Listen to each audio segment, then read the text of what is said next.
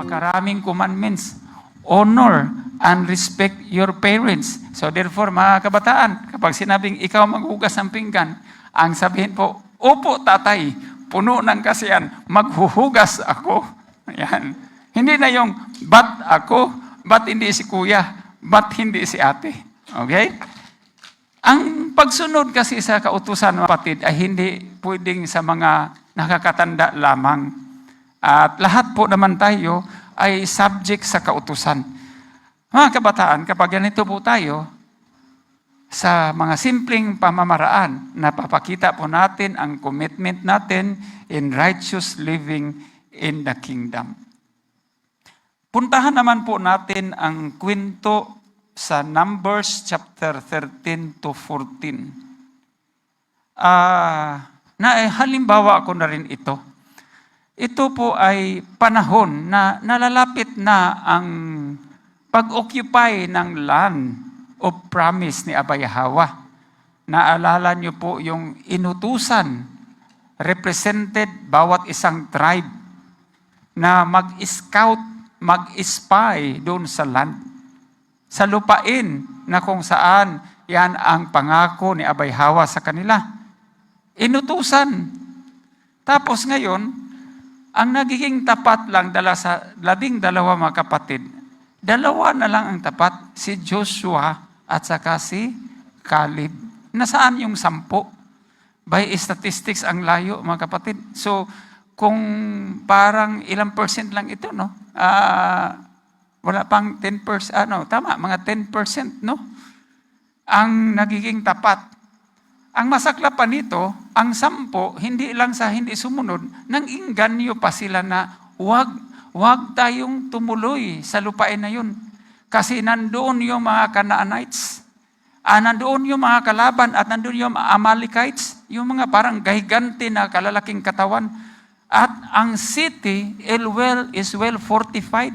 Ibig sabihin, that time, may wall, heavily guarded, may mga nagra-rounds o mga sentinel na nagbabantay. May mga gwardya o gwardyado ito. Pero kay Caleb, ang sinabi niya, the land is full of milk and honey. O di ba?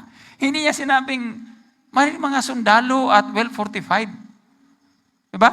Although nalaman ng iba, pero ang sabi niya, pumunta tayo, salakayin natin sila, kayang-kaya natin. Nakita mo, walang atrasan. Sa ating buhay mga kapatid, kapag nakadil tayo sa negative na lang, at hindi na tayo naayon doon sa ipinag-utos, dahil mayroon na tayong negatibong kaisipan at impression, pupunta tayo sa punto na we are going to question yung mga ipinag-uutos sa atin. At magkaroon tayo ng pag-aalinlangan. At kumusta na ngayon ang commitment natin in a righteous living in the kingdom of Abay Hawa? Ganon po dapat. Manindigan po tayo para sa pagsunod. Ang mga bagay na ito ay mga tularan natin. Yung mga pangyayari noon ng ating mga ninuno, ang ating mga kapatid ay siyang dapat nating tularan. Isang halimbawa naman mga kapatid, tungkol sa righteous living in the kingdom ay yung mga part din na ito po pagsunod, paggalang sa mga namumuno sa atin. I would like to, the anointed, mga kahan, ang ating mga leaders in the chapter, dahil ang mga elders natin na namumuno sa atin, bigyan natin ng paggalang. At maging sa mga kahanin. Bigyan natin ng diin ang nangyari sa buhay ni David.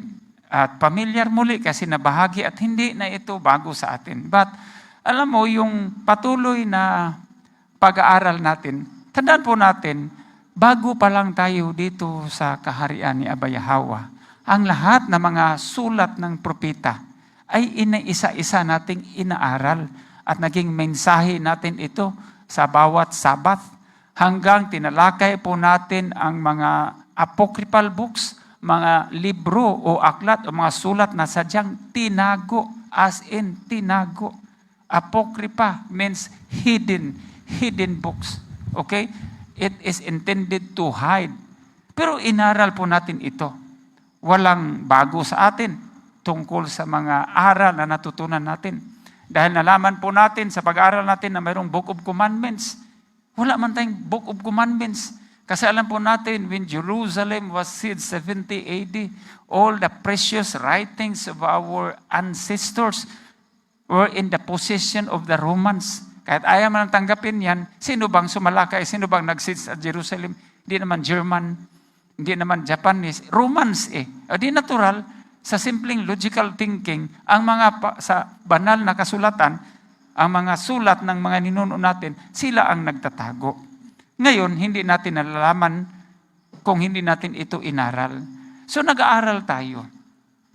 Sa dami ng pinag-aralan natin, na ito po ay naging pundasyon sa ating sarili.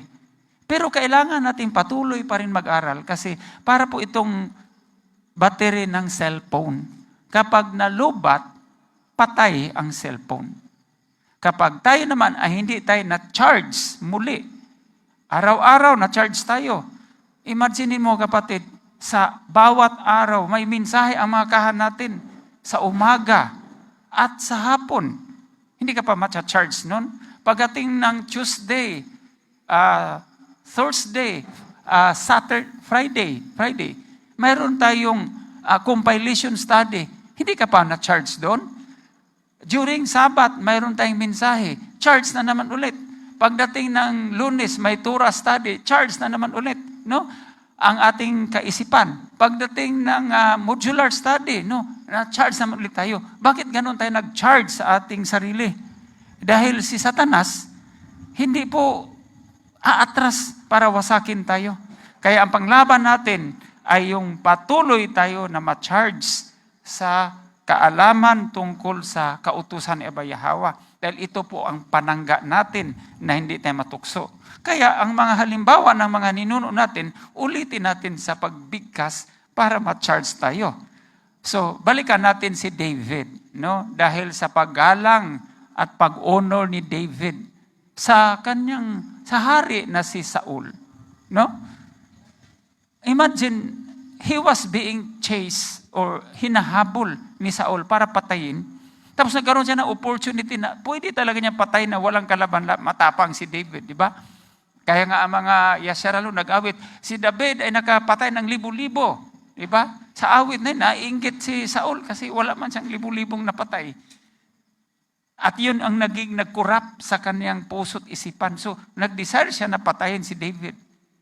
Tapos si David, nung in one occasion na hinabol siya, na personal necessity, na iibak ba si Saul. Doon siya nag-ibak sa kuweba. Doon nagtago si David. So pwede siya susulsulan patayin mo na. Could you just imagine, hinabol ka, patayin ka, tapos ngayon ito na, walang kalaban-laban niya, patayin mo. Hindi niya ginawa. Ang reason? Because he is Abba Yahweh's anointed. Hindi pa naman kasi umalis si Saul bilang hari. Buti sana kung bumaba siya sa maging hari. Hindi man. So hari pa rin siya. At ayaw niya gawin. Kumbaga, not in the hands of David. Ganon po siya nagrespeto. Ganon po siya gumalang. Tapos nagkaroon pa ng pagkakataon na hinabol ulit. Pinasok niya ito sa tent. Kinuha niya yung tumbler, yung lagayan ng tubig ni David. Hindi rin niya pinatay. Isang magandang halimbawa na tularan po natin sa panahon ngayon kung paano po tayo magbigay ng galang, lalong-lalo na po sa mga anointed ni Abba Yahweh. Iyan po ay isang panuntunan bilang pamaran sa pamantayan, kumbaga, sa pamumuhay ng righteous living in the kingdom. Mga kapatid, tayo po ay tahasan nating sabihin sa ating mga kapatid na tayo po ay magkaroon ng commitment sa sarili natin na mamuhay ng righteous living in the kingdom.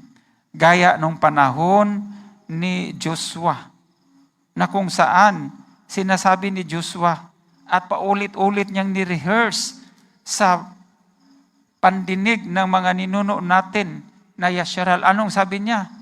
Naalala niyo ba na ang mga nino natin are on slavery doon sa kingdom of Egypt, sa kapangyarihan ng Egyptians? At siya po lamang ang tanging nagliligtas sa atin. Tapos pagdating ng panahon ngayon, ang kinin ni Kristo. Paano ka naging tagapagligtas, Kristo? Wala ka pa nga sa panahon na yun eh. Mas simple logic na hindi naman pwede mangyari, pinaniwalaan. Si Aba Yahawa, how many times sinabi ni Aba Yahawa yan na ako ang tagapagligtas? So, ni-rehearse yan ni Joshua sa kanyang mga nasasakupan. Tandaan po natin na iniligtas po tayo ni Aba Yahawa. At yung pagligtas ni Aba Yahawa na yun ay tapatan natin ng pagsunod at pagmamahal. Pagsunod sa kanyang mga ipinag-uutos. Rest my soul will seek from sunset's glow to rising light.